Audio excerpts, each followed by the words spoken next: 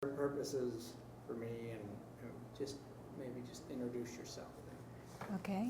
I'm Cheryl McNair. I'm the widow of astronaut Dr. Ronald McNair, who perished in this Space Shuttle Challenger. I'm sorry for that. That happened in 1986. Mm-hmm.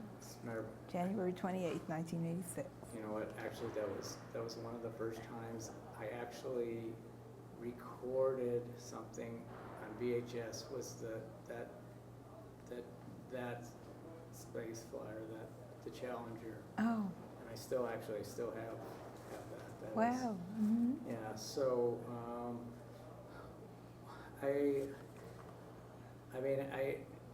is that something that does that, how do you talk about that at all, or is that something that, how is that something that you have moved on from? Well, like Willie, I've created a foundation in his name that focuses on STEM education, science, technology, engineering, and math for young children from middle school through high school. And that's one thing I've enjoyed supporting and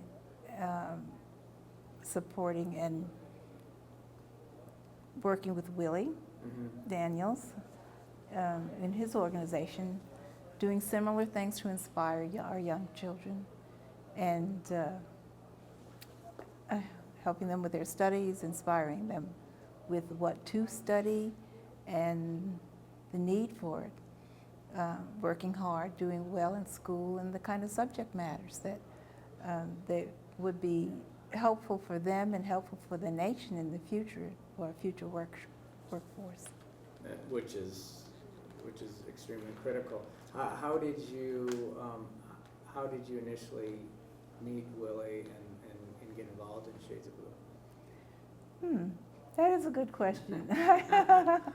I'm really not quite sure how I met Willie. I think he called me because he was looking specifically for astronauts that he knew to come support his program, his Gala that he had that year. And so he wanted for me to attend, and along with he was looking for the original 3, I think, space shuttle astronaut, African American astronauts. I see. And so, since my late husband is deceased from the Challenger, I was happy to represent and attend that year and support him, because I think it's a worthy cause. He's doing great things with our youth and great things for our nation. We'll need these pilots, and we'll need the engineering studies and the math, and they need to begin doing the training and getting ready for it now. Mm-hmm. So you have been involved in this too.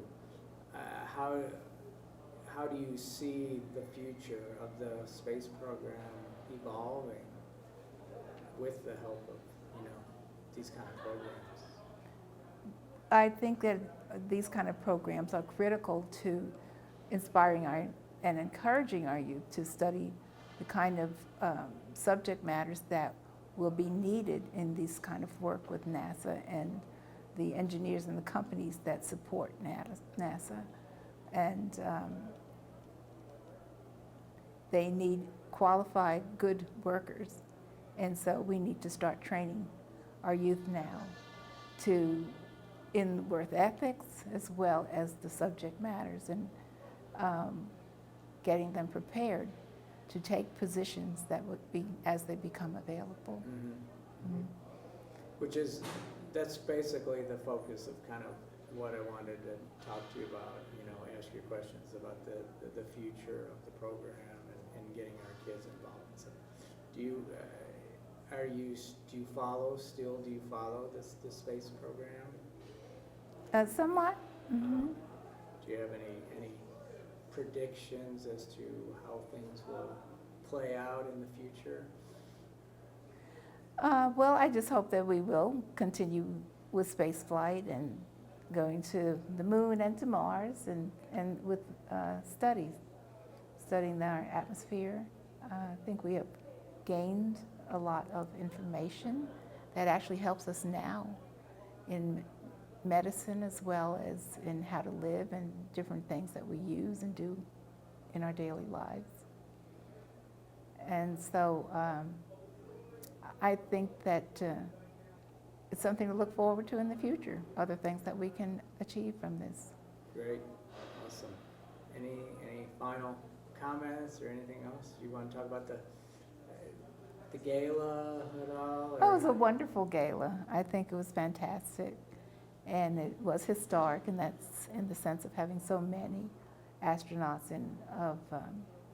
and especially the African American ones come together, and Nichelle Nichols, even the characters from actors and actresses, and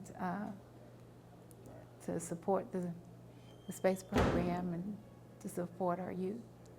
And it's great to have to come back and to see each other and to interact as well, and for such a worthy cause of inspiring our youth. Awesome. Mm-hmm. That's great. Okay. Thank you very much. That wasn't too bad. All righty. Very good.